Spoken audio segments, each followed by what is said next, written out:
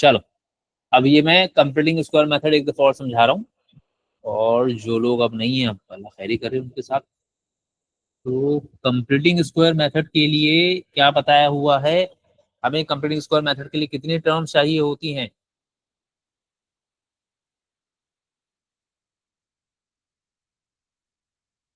Computing square method के लिए कितनी टर्म्स चाहिए होती है, मैं बोलो।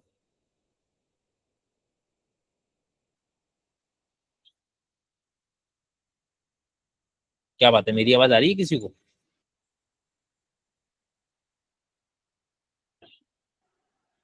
सब पिटेंगे। हाँ देखो, हेलो, मेरी आवाज आ रही है?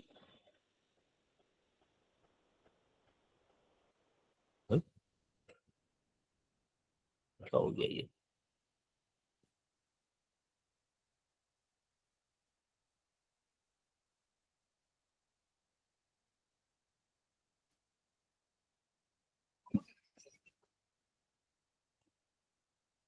हेलो, हाँ, मेरी आवाज आ रही है किसी को? सर आपकी आवाज आ रही है। आ रही है तो बताओ ना हमें तो कंप्लीटिंग स्क्वायर करने के लिए कितनी टर्म्स चाहिए होती हैं, हमें बताओ। 3। तीन चाहिए होती हैं। कौन कौन सी चाहिए भाई? ए स्क्वायर हम्म, प्लस माइनस 2ab और प्लस बी स्क्वायर। हाँ वेरी गुड राम, सही है। प्रॉब्लम क्या होती है कि हमें कभी भी तीन टर्म्स काम की नहीं मिलती, काम की सिर्फ कितनी मिलती हैं? दो, और वो आमतौर पे फर्स्ट टू होती हैं। अब ये क्या क्या बनाती हैं? ए स्क्वायर और 2ab बनाती हैं, बी स्क्वायर हमेशा मिसिंग रहेगा।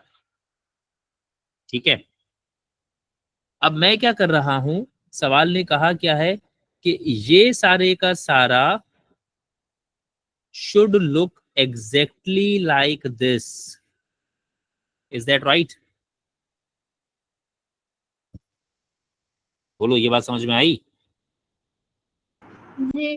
अगर ये दोनों एक जैसे लगेंगे तब तुम मुझे ए और बी की वैल्यू बताओगे, सही है?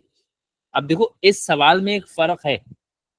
इस सवाल ने तुम्हें ये नहीं कहा कि स्क्वायर कंप्लीट करो, इस सवाल ने तुमसे ए और बी की वैल्यू मांगी है। ठीक है, अब अगर स्क्वायर कंप्लीट करना है तो वो भी तुम्हारा मसला है, नहीं करना है तो वो भी तुम्हारा मसला है। सवाल को तो तुम ए और बी की वैल्यू बताओगे। ठीक है, अब मैं कर क्या रहा हूं कि मेरे पास लेफ्ट हैंड साइड पे जो कुछ लिखा हुआ है ना, यानी ये सब कुछ जो मेरे पास लेफ्ट हैंड साइड पे लिखा हुआ है, I will transform it into this form. Are we clear?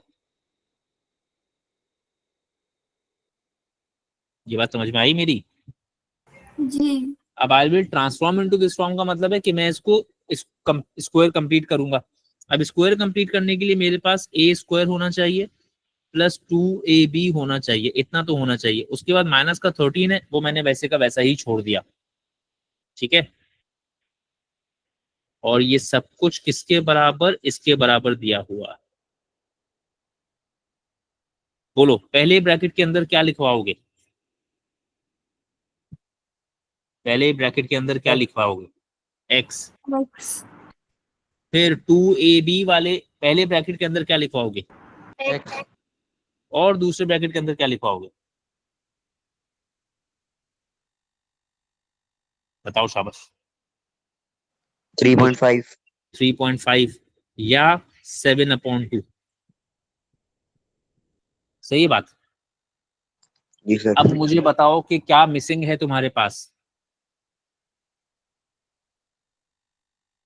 तुम्हारे पास ए स्क्वायर आ गया, तुम्हारे पास 2ab भी आ गया, मिसिंग क्या चल रहा है बता दो? B square. B square. और फिलहाल सवाल का बी क्या है? 7/2। तो हम इसमें 7/2 का स्क्वायर ऐड करेंगे। अब जब 7/2 का स्क्वायर ऐड किया तो और क्या करना पड़ेगा? सब्ट्रैक्ट। इसको माइनस भी करना पड़ेगा। ये दो एडिशनल चीजें।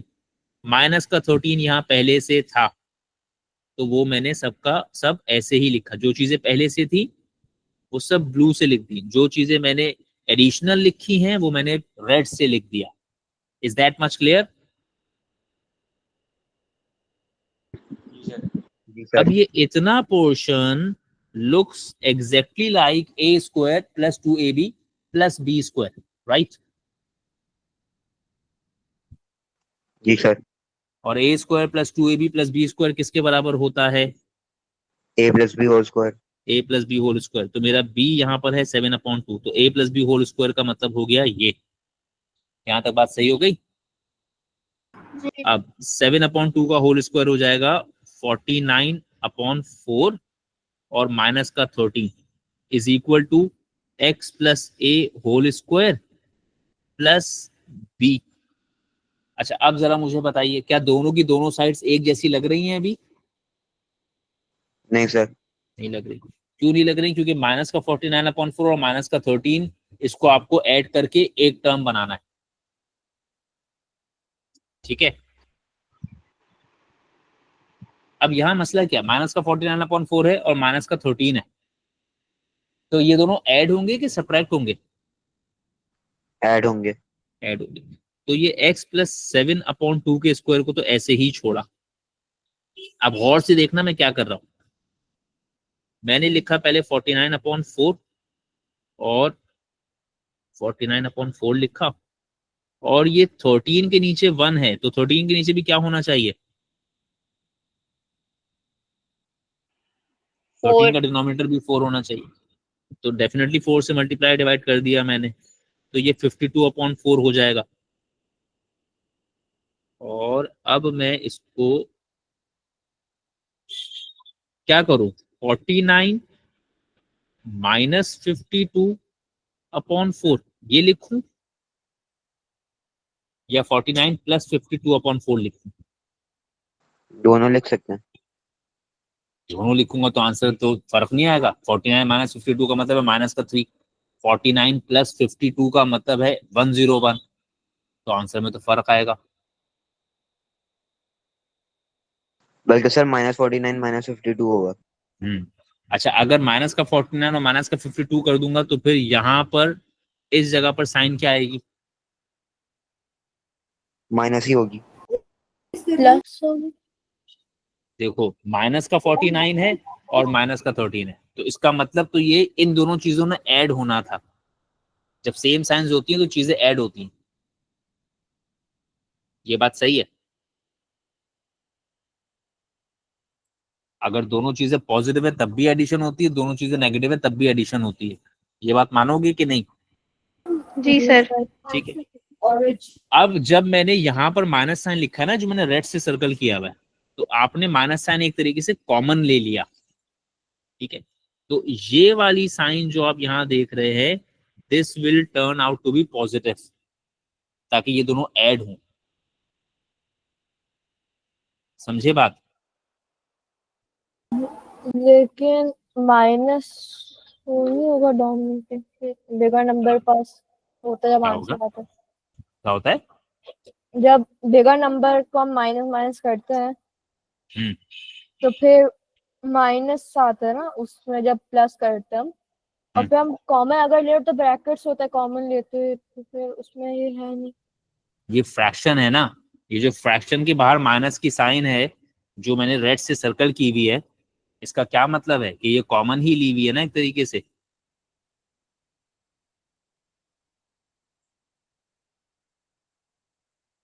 जी सर। ये माइनस की साइन फ्रैक्शन के बिल्कुल शुरू में लिखी है, तो इसका मतलब है ये कॉमन लिया हुआ है तुमने। 49 और 52 से माइनस साइन कॉमन लिया हुआ है।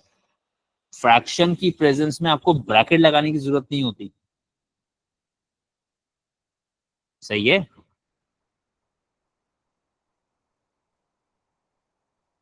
सही। अच्छा, खैर, तो ये सब हो गया x प्लस 7/2 का होल स्क्वायर माइनस 101/4। ठीक है बात?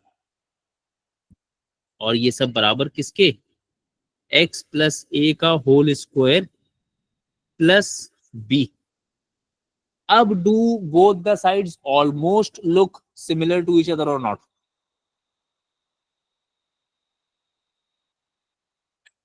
जी सर। सही है, तकरीबन बराबर हो गए। वो अब माइनस जरा, का साइन। हाँ मैंने तभी तो बोला ऑलमोस्ट, तभी तो मैंने बोला almost look exactly the same. अब जरा कंपैरिजन करो तो a की जगह क्या दिख रहा है तुम्हें? 7/2 और b की जगह क्या दिख रहा है तुम्हें? -1 101/4 कैसा, प्लस का कि माइनस का? माइनस माइनस का। माइनस का, सही है। यानी a मेरे पास आ गया 7/2 और b मेरे पास आ गया 101/4। Is that right? बताओ भाई, is that right or not? जी सर। जी सर। अब इस सब में एक मसला है। सवाल ने क्या कहीं पर भी तुमसे कहा था कि स्क्वायर कंप्लीट करो? नहीं। नहीं, सही है। सवाल ने कभी भी नहीं कहा था कि आप इस पे कंप्लीटिंग स्क्वायर करें। आपने अपनी मर्जी से कंप्लीटिंग स्क्वायर किया। Is that point clear? सवाल को तो ए और बी की वैल्यू चाहिए थी, तो मैंने इसको कंप्लीटिंग स्क्वायर मेथड से कर दिया, मेरी मर्जी थी, मैंने कर दिया। क्या कोई और तरीका हो सकता था इस सवाल को करने का? सब्जेक्ट बना के।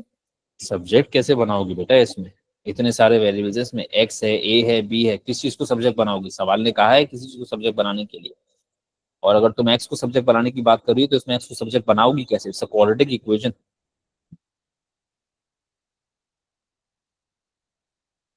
शाबाश। कोई तो होना चाहिए ऐसा जो सोच के बता दे कि इसको और किसी तरीके से भी कर सकते हैं। इतने सारे ज़हीन लोग बैठे हुए, कोई तो होना चाहिए एक दो ऐसे लोग जो बता सके कि इसको किसी और तरीके से भी कर सकते हैं।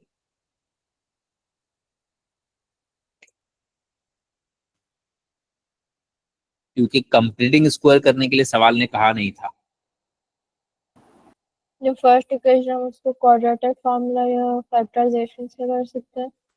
फैक्टराइज कर सकती हो? तो फर्स्ट इक्वल टू से पहले जो है वो। हाँ, सर स्केचिंग से भी कर सकते हैं। किससे? स्केचिंग से। स्केचिंग से करोगे तो एक्स की वैल्यूज कैसे होंगी? हाँ। एक बात, दूसरी बात, उसने आपसे ए और बी की वैल्यू पूछी है। सही है। सॉल्व करने के लिए तो कहा ही नहीं है ना उसने। उसने बोला ही नहीं कि एक्स की वैल्यूज बता। वो तो कह रहा है इसका कुछ ऐसा करो कि ए और बी आ जाए।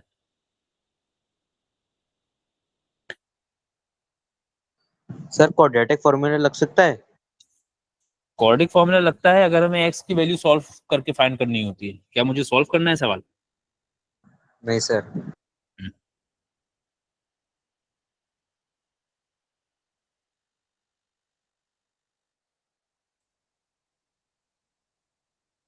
ये तो बड़ा मसला है ना। चलो सुन लो, एक मेथड तो मैंने कर दिया। दूसरा मेथड मैं बोलूंगा नहीं, सिर्फ लिखूंगा, तुम बताना मैंने क्या किया।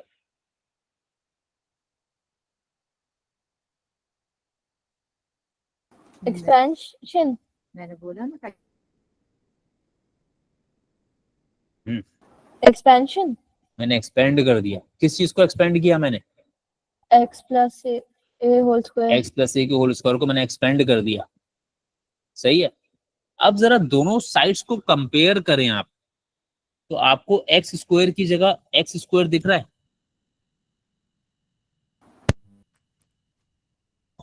बोलो भाई, एक्स स्क्वायर की जगह एक्स स्क्वायर दिख रहा है? जी। आपको 2ax की जगह क्या दिख रहा है बताइए? 7x। 7x। और a स्क्वायर प्लस बी की जगह क्या दिख रहा है आपको? -13। -13। Very good. A square plus b की जगह आपको दिख रहा है पूरा -13।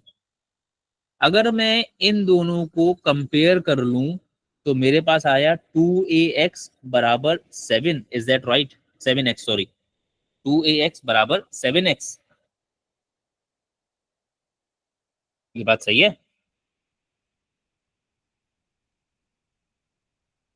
कंपैरिजन करूं अगर तो 2ax बराबर आया 7x के कि नहीं आया? जी। तो हम इन दोनों को वो अब तो तुम्हें करेंगे वो लाइक इक्वल्स टू जो एंड में आता है वो फिर नहीं करेंगे। क्या चीज है जो बेटा?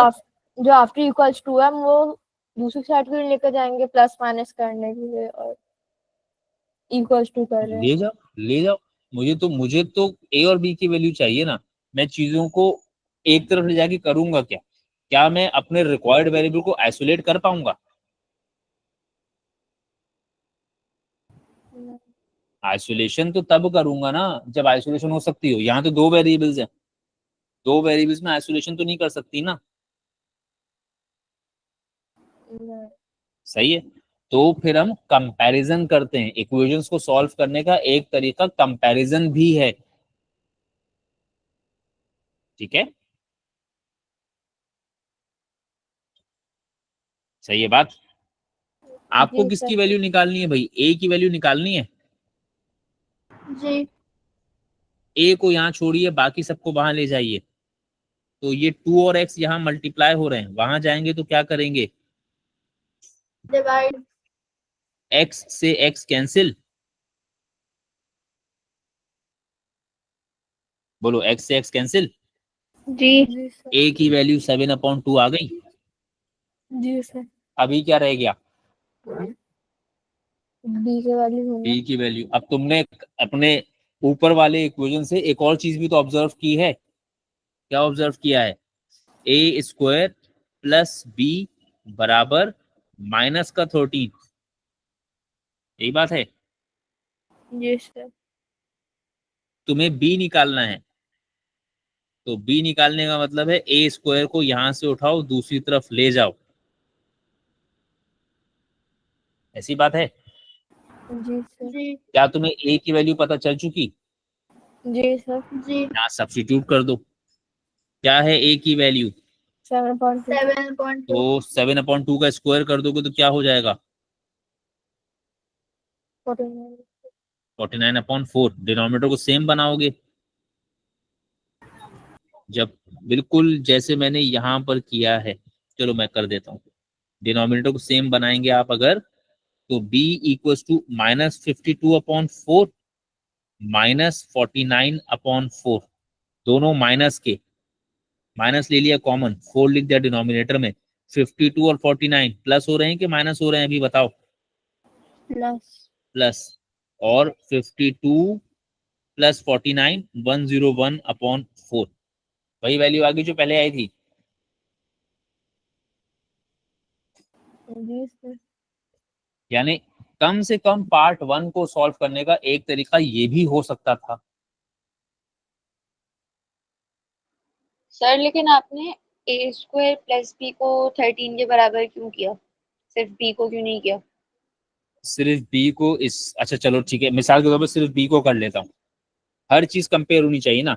एक्स स्क्वायर वाली चीज एक्स स्क्वायर के साथ कंपेयर होनी चाहिए, एक्स वाली चीज एक्स के साथ कंपेयर होनी चाहिए, और वो चीजें जिसमें एक्स नहीं है वो बेसिकली कांस्टेंट है, तो उसे कांस्टेंट के साथ कंपेयर होना चाहिए। हमारी क्वाड्रेटिक इक्वेशन में 3 चीजें मिलती है ना, एक्स स्क्वायर वाली चीज, एक्स वाली चीज, और उसके अलावा कांस्टेंट। ठीक है, इतनी बात सही है बरीला? जी। अब तुमने एक्स स्क्वायर को एक्स स्क्वायर से कंपेयर किया, दैट मेड सेंस। एक्स वाली चीज को एक्स वाली चीज के साथ कंपेयर किया। अब डेफिनेटली उसके बाद जो भी कुछ बचा है that is actually a constant. तो मेरे पास बचा क्या क्या है? ए स्क्वायर और बी बचा है ना बेटा। तो वो सारे का सारा जाके 13 से कंपेयर होगा ना, because that all is representing the constant of the equation. ठीक है। ठीक है, तो एक तरीका ये भी हो सकता है। इस पर्टिकुलर क्वेश्चन में आपसे कभी भी हमने नहीं कहा कि स्क्वायर कंप्लीट करो, हमने आपसे सिर्फ ये कहा कि ए और बी निकालो। अब ए और बी निकालने के लिए तुम स्क्वायर कंप्लीट करो, या ए और बी निकालने के लिए इक्वेशन को एक्सपेंड करो, वो चॉइस तुम्हारे पास है। सही है बात? जी। अब मैंने पार्ट 1 तो कर दिया आपके सामने, दोनों तरीकों से कर दिया। हमें दोनों मेथड्स करने हैं आपको दोनों मेथड सीखने हैं, डेफिनेटली करेंगे तो आपको ये एक साना। अब ये तो आपको जब आप पेपर में आप बैठे होंगे तब वहां पर आपको डिसाइड करना है फौरन कि कौन से तरीके से मैं कर लूं तो जल्दी से हो जाएगा, और वो तरीका मुझे आगे भी हेल्प करेगा कि नहीं करेगा। ये सारे का सारा आपने आज ही करके, अभी करके देखना है। पेपर में तो आप एक्सपेरिमेंट नहीं कर सकते। अभी आप एक्सपेरिमेंट करके देखेंगे कि यार ये कर लूं तो मुझे अगले पार्ट में फायदा है भी कि नहीं है। ये सारे एक्सपेरिमेंट पहले किए जाते हैं, पेपर में तो नहीं कर सकते हम ये सब चीजें। पेपर में तो आपको बस करना है सवाल कैसे भी। सही है, ठीक है, बात नहीं सही है बात।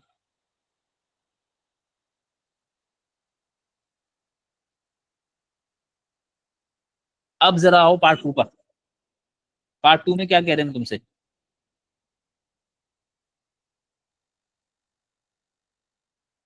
सिंप्लीफाई। हैं? अरे बहन, पार्ट टू कौन है ये? पार्ट 2 ये रहा, पार्ट 2 भाई, ये है part 2। Solve. Solve the equation x square plus 7x minus 13 equals to 0. Show your working and give your answer correct to 3 significant figures. अब पहले तो बताओ, क्या इस पे मिडिल टर्म ब्रेकिंग लगा सकते हो?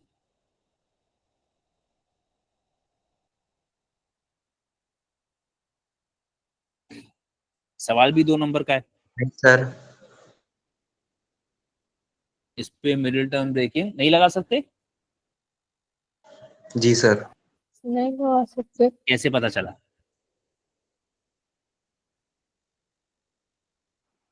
मिडिल टर्म ब्रेकिंग के सवाल 3 नंबर के होते हैं। ठीक है, तो ये तो 2 नंबर का है, इसका मतलब है ये तो पता नहीं फिर और ही आसान होना चाहिए। ये नहीं होगा ना, 3 सिग्निफिकेंट फिगर लिखा है, 3 सिग्निफिकेंट फिगर में क्वाड्रेटिक फॉर्म में लगता है ना। अच्छा, अगर ये ना लिखा होता तो क्या कोई और चीज है जिससे पता चलती है ये बात? 13 के टेबल में नहीं आता। 13 is a prime number, very good. ठीक है, 13 प्राइम नंबर है। 13 can not be broken down into any other factors in 1 and 13, और 1 और 13 आपको किसी भी तरह 7 बनाकर नहीं देगा, यानी फैक्टर्स नहीं बनेंगे। अब what is the only option left?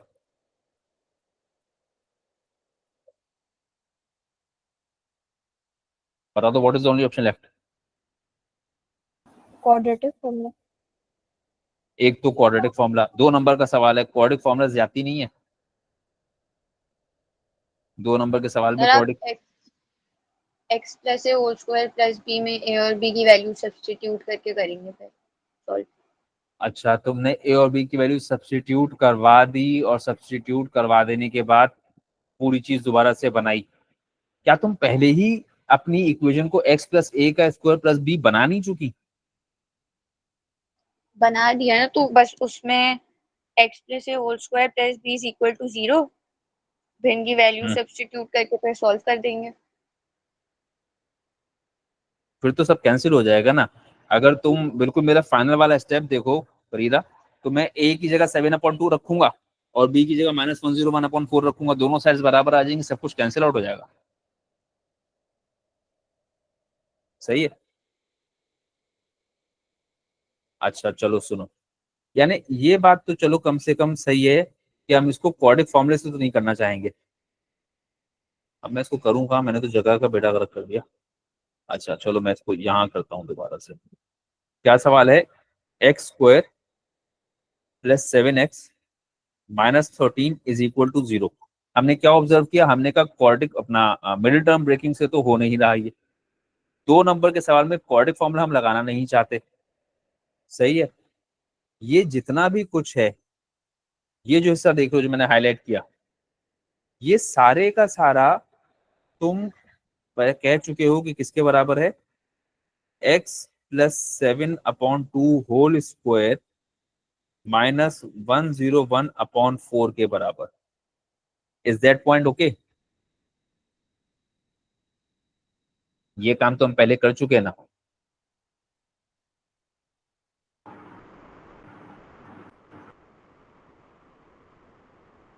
सही है, इतनी बात, ये काम तो हम पहले कर चुके हैं ना। जी सर। जी सर। तो मैंने कहा कि भाई आधा काम तो हमारा हुआ हुआ है, आधा काम तो हमारा हुआ हुआ है, हम इसको यहीं से कंटिन्यू करेंगे। बात समझ में आई है? जी।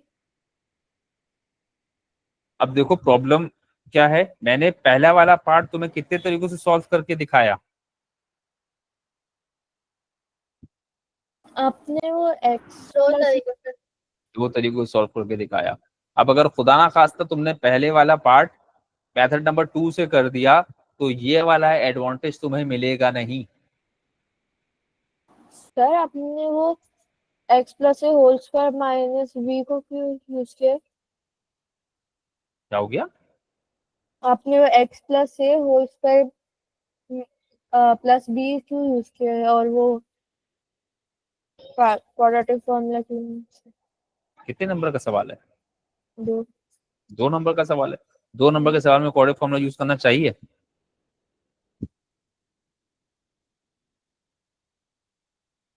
बताओ, 2 नंबर के सवाल में क्वाड्रेटिक फॉर्मूला यूज करना चाहिए? नहीं।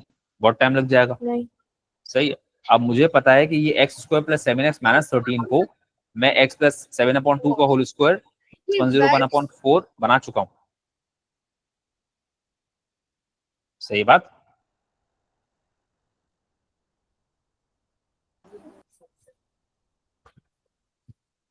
सर तो आप इसी सोच रहे हो मैं कह रहा हूं कि मैं अपने सवाल x square plus 7x minus 13 को x प्लस 7/2 का होल स्क्वायर माइनस 101/4 बना चुका हूं। सही है। तो आप वैल्यूज ही बिल्कुल ऑफ हो चुकी है ना? कौन सी वैल्यूज ऑफ हो चुकी हैं? जैसे x square plus 7x minus 13 equal to 0 है, वो आपने दूसरे वैल्यूज ली ना, जैसे x plus 7/2 whole square minus 1/4, तो वैल्यूज ही अलग हो गए।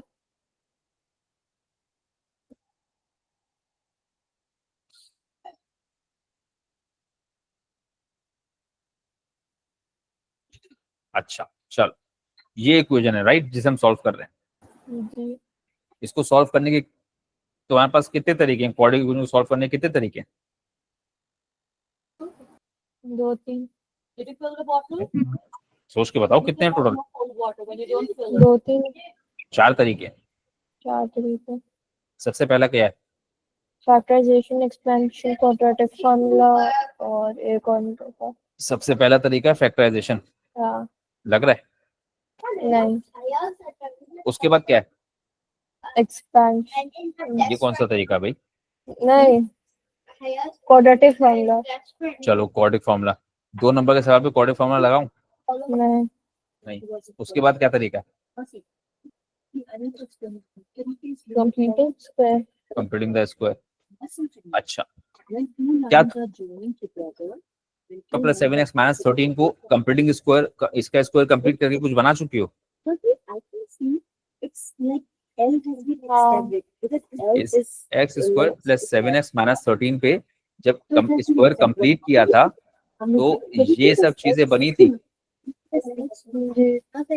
तो मैं अब या तो ये कहूँ कि फैक्टराइजेशन इस पे लग नहीं रही, क्वाड्रेटिक फॉर्मूला इस पे लगाना नहीं चाह रहे हम, तो कंप्लीटिंग स्क्वायर ही लगाएंगे। सही है। तो अब क्या स्क्वायर कंप्लीट करूं या स्क्वायर पहले ही कंप्लीट करके बैठा हुआ हूं? आपने स्क्वायर पहले से कंप्लीट कर लिया। तो बस अगर मैं कहूं कि जी इसका x square plus 7x minus 13 का स्क्वायर कंप्लीट करो तो x प्लस 7/2 का होल स्क्वायर माइनस 101/4 पे ही पहुंचूंगा ना? क्या ख्याल है? हाँ सही है। दोबारा करूंगा थोड़ी। सही है। चलो जी, अब इसको सॉल्व करने के लिए क्या करते हैं हम? x प्लस 7/2 का होल स्क्वायर यहीं छोड़ा, 101/4 जो यहाँ माइनस हो रहा है वहां जाएगा तो प्लस हो जाएगा। Is that okay? जी। बताओ एक्सपेंशन के square root. Square root. Square root, क्योंकि एक्सपेंशन किया तो घूम के वापस सवाल पे चले जाएंगे। तो जब स्क्वायर रूट किया दोनों तरफ किया, यहाँ पर भी किया और यहाँ पर भी किया। सही? ये बात सही। इस स्क्वायर से ये वाला स्क्वायर रूट कैंसिल, क्या बच गया? x plus 7/2। अब ये स्क्वायर रूट 101 और 4 दोनों पे ही है, ऐसी बात है?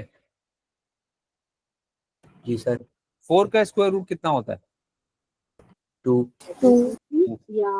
ये प्लस माइनस 101 का स्क्वायर रूट कितना होता है? बता दो 101 का स्क्वायर रूट कितना होता है? 10.04। 10.04। 10.04 और प्लस माइनस, ये बात सही हो गई? बता दो ये बात सही हो गई?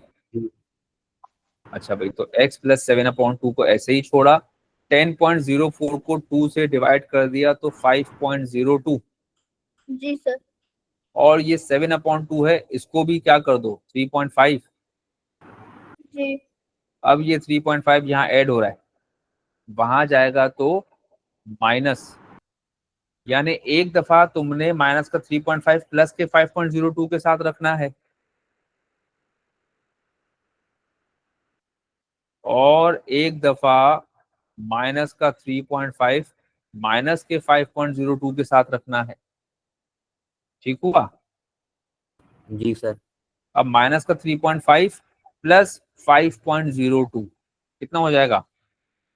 1.52 1.52। प्लस का, और माइनस का 3.5 और माइनस का 5.02, ये हो जाएगा माइनस का 8.52। 8.52। ये आ गई दो वैल्यूज। क्या ये तीन सिग्निफिकेंट फिगर्स में है? जी सर। नहीं, अच्छा हाँ हाँ हाँ। 3 सिग्निफिकेंट फिगर, 3 डेसिमल प्लेसेस नहीं। हाँ। सही है भाई। अब इसका पार्ट बी और पार्ट सी ये आपने करना है। ये तो कंप्यूटिंग स्क्वायर की वजह से मैं यहाँ रुक गया। अच्छा, ये क्या है?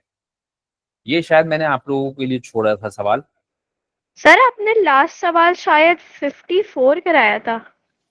नहीं, लास्ट सवाल 54 कराया था, पता नहीं किस तरीके से चल रहा था, मैं याद नहीं मुझे, लेकिन अब ये सब सवाल हुए हुए हैं सर वो तो। पुरानी वाली क्लास में जाके मैंने देखा तो उसके अंदर लास्ट आप 54 करा रहे थे। हाँ, तो मतलब करते हुए कहाँ से आ रहा था, ये भी तो सवाल है ना, करता हुआ कहाँ से आ रहा था मैं, ये भी तो मसला है ना, कि 54 पे तो पहुंचा हूँ लेकिन करता हुआ कहाँ से आ रहा हूँ अब पता नहीं। देखो ये भी खाली पड़ा हुआ है, ये शायद मैंने आपको दिया था क्योंकि इस तरह के बहुत सारे सवाल हम कर चुके थे। ये हुआ हुआ है सारा। चलो खैर, अभी क्लास में नहीं देख रहा मैं बैठ के, टाइम जाया नहीं कर रहा, फिर फ्री होके तुम लोग भी देखना कि इसमें से क्या कुछ रह गया, और मैं भी देख लूंगा क्या रह गया। मुझे याद है मैं वर्ड प्रॉब्लम्स कर रहा था, बस मैंने कहा था मैं वर्ड प्रॉब्लम करूंगा, बाकी सब तुम लोग करोगे। ये तो मुझे जरा कंप्लीटिंग स्क्वायर दिख गया तो ऐसे में रुक गया जरा, तो मैं बस वर्ड प्रॉब्लम्स देख रहा हूँ। फिर उसके बाद देख लेना, जो कुछ रह जाएगा बता देना, वो भी करवा दूंगा, लेकिन ये वर्ड प्रॉब्लम मैं करवाऊंगा, बाकी सब कुछ मैं सिखा चुका हूँ, इसमें से ज्यादा चीजें खुद करनी है। अच्छा चलो, जरा पार्ट 41 का पहला पार्ट तो डेफिनेटली आप करेंगे, I am not doing that for you. Part B, part B भाई क्या है? हाँ, जरा देखो। A rectangular card has dimensions 2y centimeter and y plus 3 centimeter. A square of side y centimeter is cut from this rectangle. The card remaining shown shaded in the diagram has an area of 55 centimeter square. हाँ भाई, किसी की कुछ याददाश्त आ रही है वापस? किसी को कुछ याद आ रहा है इससे मिलता जुलता कुछ पढ़ा हो, कोई कॉन्सेप्ट किसी का कुछ याद आ रहा है? क्या पढ़ा है हमने ऐसा?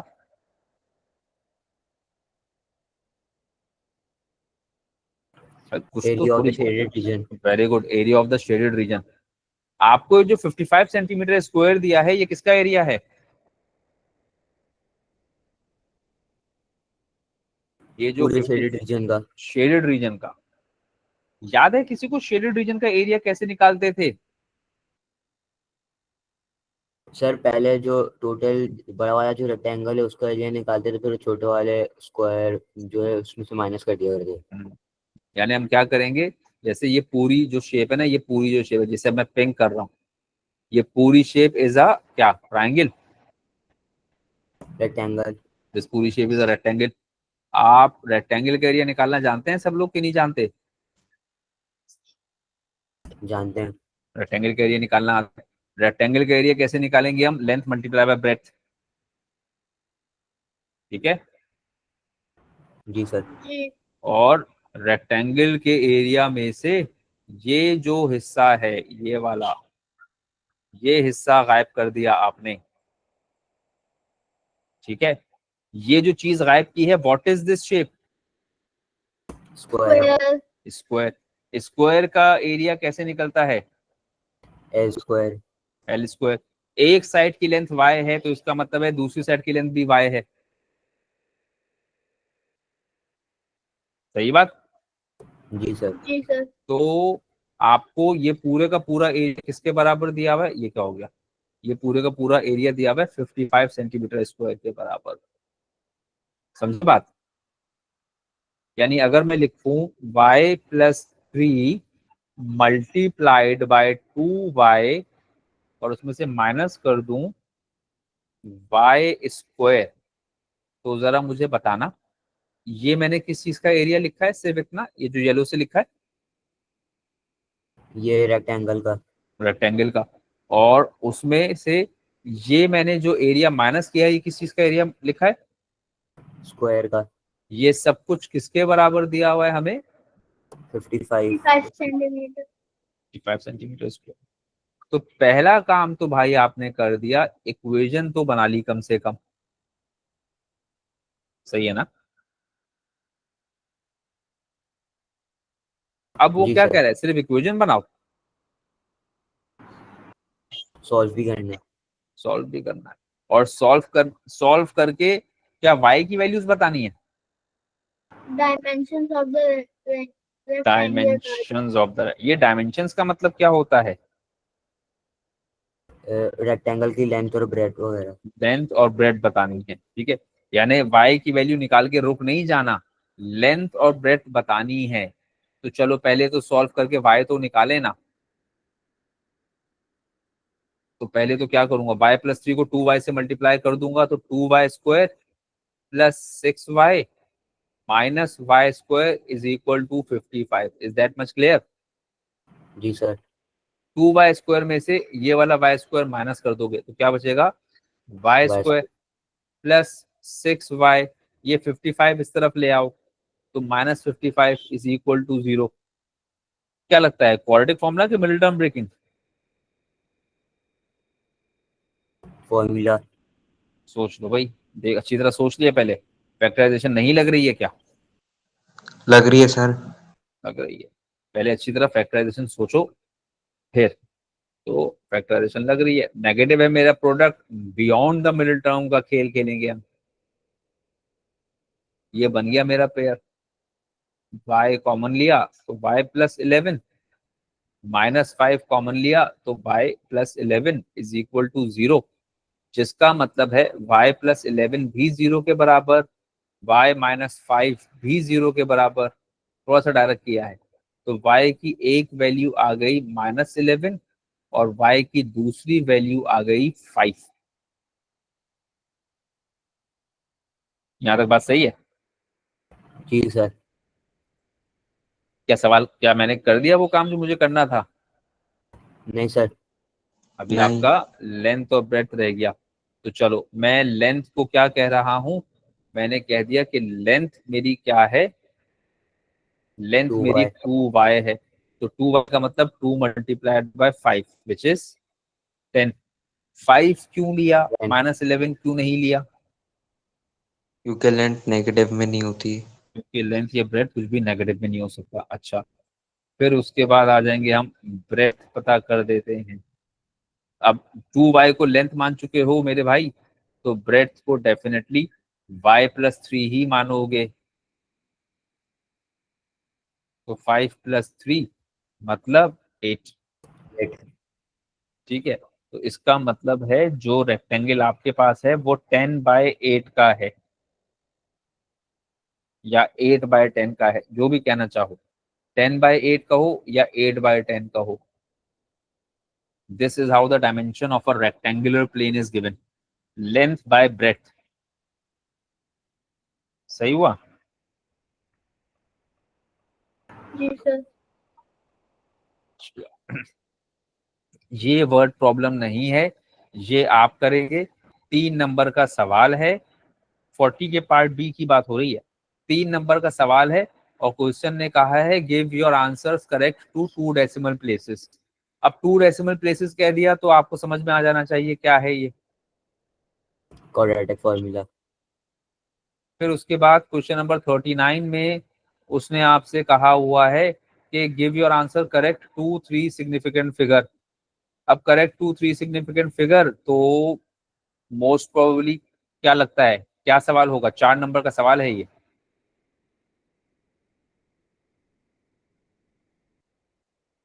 क्या लगता है क्वाड्रिक फॉर्मूला होगा कि नहीं मिडिल टर्म ब्रेकिंग होगी? 4 नंबर का सवाल है तो क्वाड्रिक फॉर्मूला ही होगा। फैक्टराइजेशन के 4 नंबर नहीं मिलते। सही है।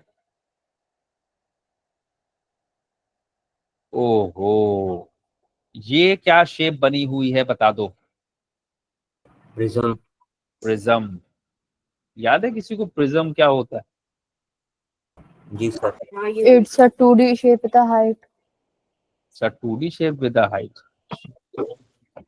प्रिज्म 2D शेप है, सोच लो। सर आपने वाला क्वेश्चन करा दिया था। ये करा दिया था तो ये यहाँ क्यों नहीं मेरे पास? ये क्या बात है? नहीं सर। वो किसी ने क्वेरीज में पूछा था ना लास्ट वाली क्लास में, तो आपने सेव नहीं किया था उसको। और तो रिकॉर्डिंग भी नहीं की होगी हमने फिर इसकी। जी आपने रिकॉर्डिंग नहीं की थी। चलो फिर करा देते हैं ना।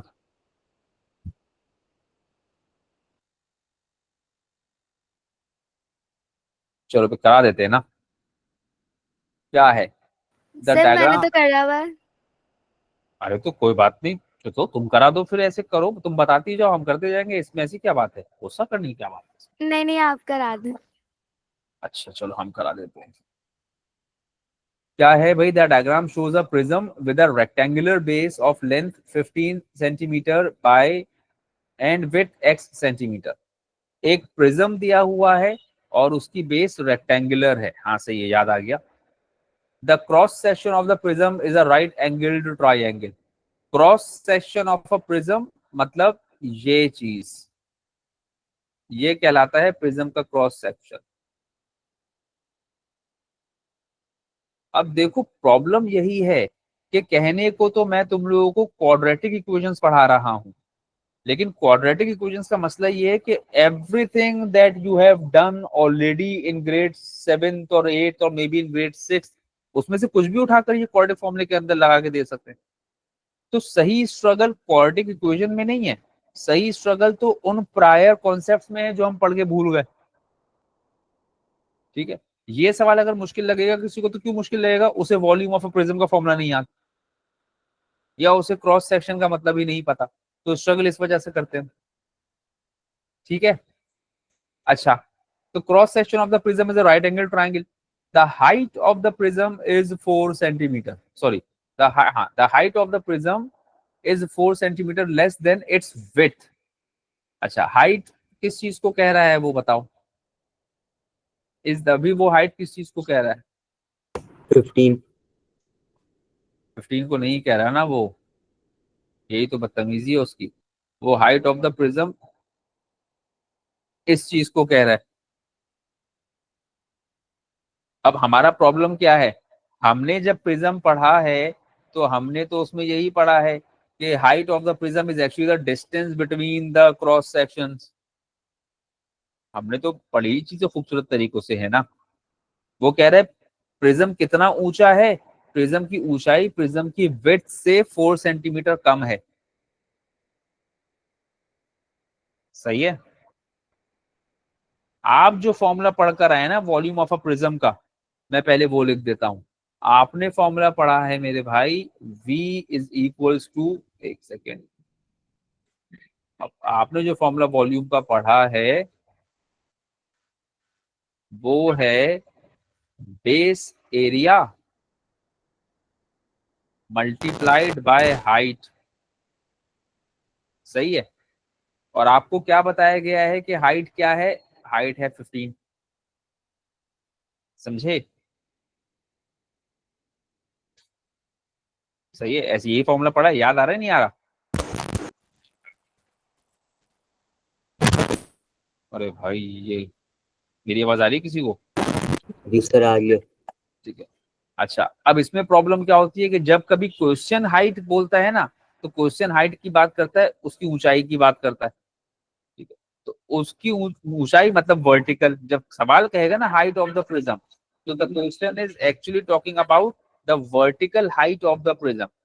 The question is not referring to the distance between the bases. समझे बात? जी सर। तो अब यहाँ पर थोड़ा सा प्रॉब्लम आता है कि हमने जो चीज पढ़ी है और जिस लैंग्वेज में क्वेश्चन बात कर रहा है उसमें फर्क है। सही। अब जरा वॉल्यूम का एक और फॉर्मूला सुन लो। सर ये ग्लिचिंग कोई आवाज आ रही है, मतलब आप हाँ बोल रहे हैं बेटा, ना? नहीं मेरी तरफ से नहीं आ रही, वो किसी और की तरफ से आ रही है। मेरी तरफ से तो बिल्कुल स्मूथ, साफ सुथरी, खूबसूरत आवाज आ रही है। ये राम के पास से आ रही है। किसी के पास से आ रहा है, किसी का माइक वाइक मसला कर रहा है। राम के पास से आ रही जी सर, राम के पास से आ रही है। जी सर। है। अच्छा, हाँ मतलब मेरे पास से तो नहीं आ रही। अब राम की आवाज तो मैं नहीं सही कर पा सकता। अच्छा, एक और फॉर्मूला सुन लो भाई। Area of cross section multiplied by length of the prism.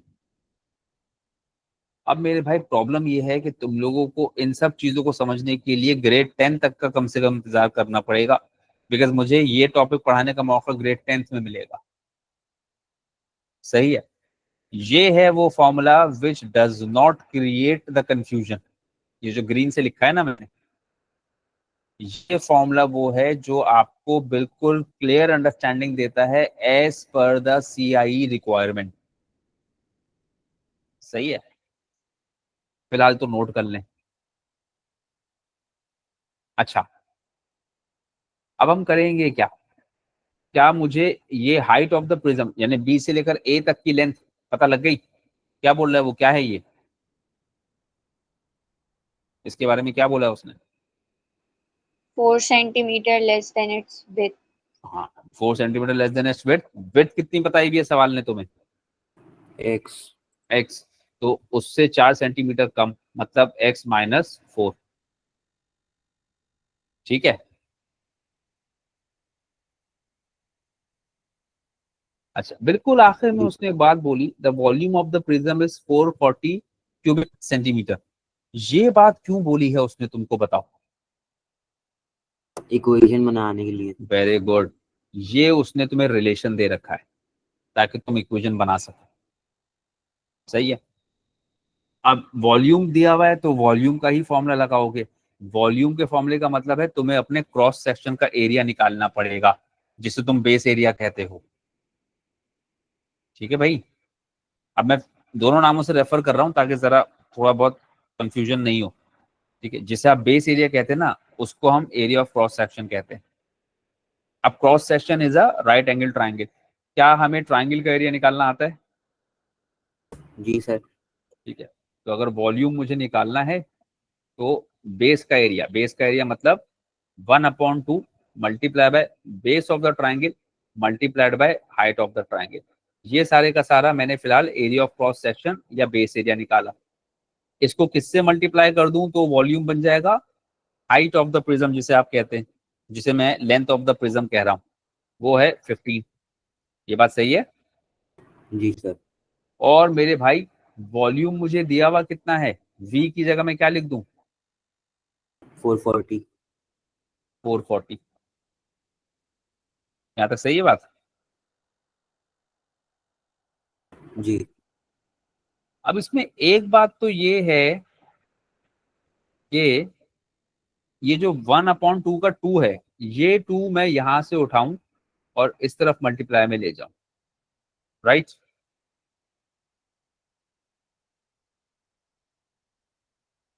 Multiply नहीं करूंगा, सिर्फ मल्टीप्लाई में लेकर गया।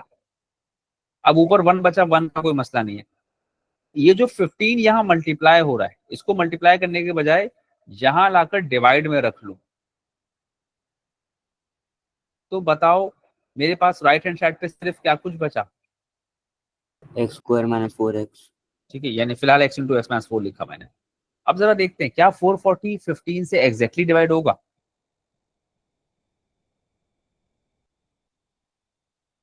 क्या 440 15 से एग्जैक्टली डिवाइड होगा?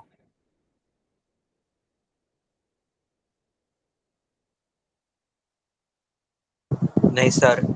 नहीं होगा। तो चलो कम से कम क्या दोनों को 5 से कैंसिल कर सकता हूँ? जी सर। चलो 5 से कैंसिल कर देते हैं। 5 3 जार 15 और 5 88। सही है। अच्छा जी, अब ये सब चीजें यही छोड़ी फिलहाल, मल्टीप्लाई कुछ नहीं कर रहा अभी मैं। 88 मल्टीप्लाइड बाई 2 अपॉन 3 ये सब ऐसे ही छोड़ा। x into x minus 4 is x square minus 4x। सही है। अब क्या करो, ये वाला 3 वापस ले आओ यहाँ पर, कोई और ऑप्शन नहीं है। तो ये 3 यहाँ पर आगे किससे मल्टीप्लाई होगा, सिर्फ एक्स स्क्वायर से या दोनों से? दोनों से। दोनों से। दोनों से। और अब ये 88 मल्टीप्लाई बाय 2 को मल्टीप्लाई कर देते हैं। This will be 176 is equals to 3x square minus 12x। रैन सबर कीजिए, ठीक है। तो अरेंज कर लो 3x स्क्वायर। भैया ये क्या हो रहा है? अरेंज कर लिया। 176 को दूसरी तरफ ले आए तो वहां पर प्लस हो रहा था, यहाँ पर आकर माइनस। भैया ये बात सही है? हेलो हेलो, मेरी आवाज आ रही है? जी सर। क्या यही इक्वेशन बनानी थी? जी सर। बन गई। अब जब ये बन गई तो उसके बाद जरा मुझे बताओ, पार्ट बी मैं करवाऊंगा तो नहीं, पार्ट बी तुम लोगों को, मैं सिर्फ वर्ड प्रॉब्लम तक का हिस्सा डिस्कस कर रहा हूँ भाई। सही है। अब पार्ट बी क्या करना है इसमें?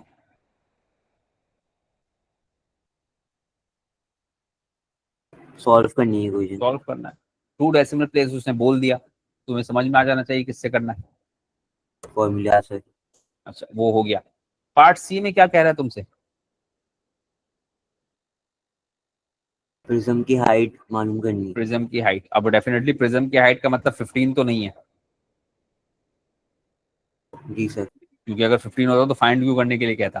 तो बेसिकली तो हमने हाइट को क्या एज्यूम किया था, सोच के बताओ। A B. ए बी मैंने क्या बनाया था उसको, x माइनस 4। जी सर। तो हाइट ऑफ द प्रिज्म आ जाएगी, अगर x माइनस 4 में x की वैल्यू रख दो, वो x की वैल्यू कौन से पार्ट से मिलेगी तुम्हें? Part B. पार्ट बी में। जब पार्ट बी को सॉल्व करोगे तो you are most probably going to get 2 values, one of them will be negative and the other one will be positive.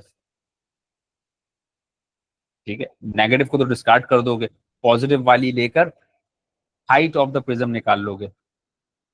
सही है बात? जी सर।